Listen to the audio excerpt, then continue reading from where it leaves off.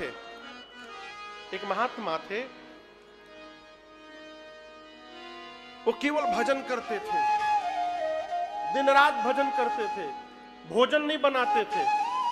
सोचते थे भोजन बनाऊंगा तो 1 घंटा बर्बाद होगा मेरा, 1 घंटा भजन कर लूंगा। तो आप सोचेंगे महाराज खाते क्या थे? तो उनके बगल में, उनकी कुटिया के बगल में एक आश्रम था। आश्रम में बहुत सारे संत रहते थे। संत जब भोजन कर लेते थे और उनका जूठा पत्तल जहां फेंका जाता था, तो वो भजन करते करते महात्मा जी आते थे और उस पत्तल में से जूठन निकाल के संतों का जमा करते थे और वही तुलसी स्पर्श करा करके और ठाकुर जी को भोग लगाते थे। वही जूठन भोग लगाते थे। अब भोग लगा के तुरंत पा करके फिर भजन करने लगते थे। ये उनका नियम था। हाँ? एक दिन वो संतों का जूठन लेकर के आए। अब बिना ठाकुर जी को भोग लगाए उसका निवाला मुंह में ले लिए। अब मुंह में ले लिए, फिर सोचे रे राम, हमने तो भोग लगाया ही नहीं आज। अब फंस गए वो। सोचे यदि निगल लूंगा तो ठाकुर जी के बिना भोग लगाए मैं निगल लूंगा, ये तो अपराध पाप हो जाएगा।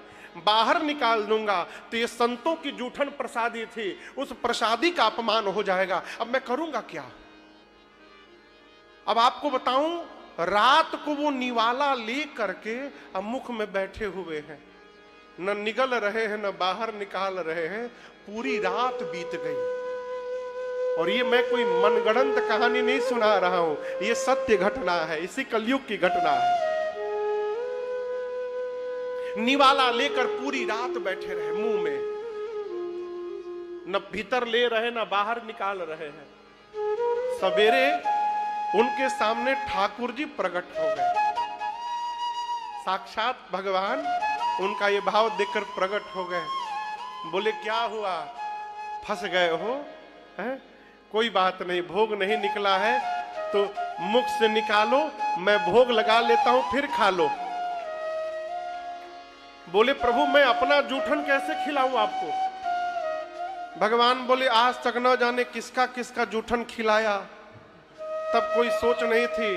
अपना जूठन खिलाने में क्या हो रहा है? अब भगवान मुंह पकड़ दिए निकालने के लिए, वो दबाए है नहीं निकालूंगा, मैं अपना जूठन नहीं खिलाऊंगा, मैं ऐसे रखे रखे प्राण त्याग दूंगा। अब भगवान पीछे पड़ गए, मैं आज आपके ही जूठन का भोग लगाऊंगा। अब भगत बोले मैं मुख नहीं खोलूंगा। भगवान बरबस पकड़ के उनका मुख खोले और उसमें से अन्न का दाना निकाल कर ठाकुर जी अपने मुख में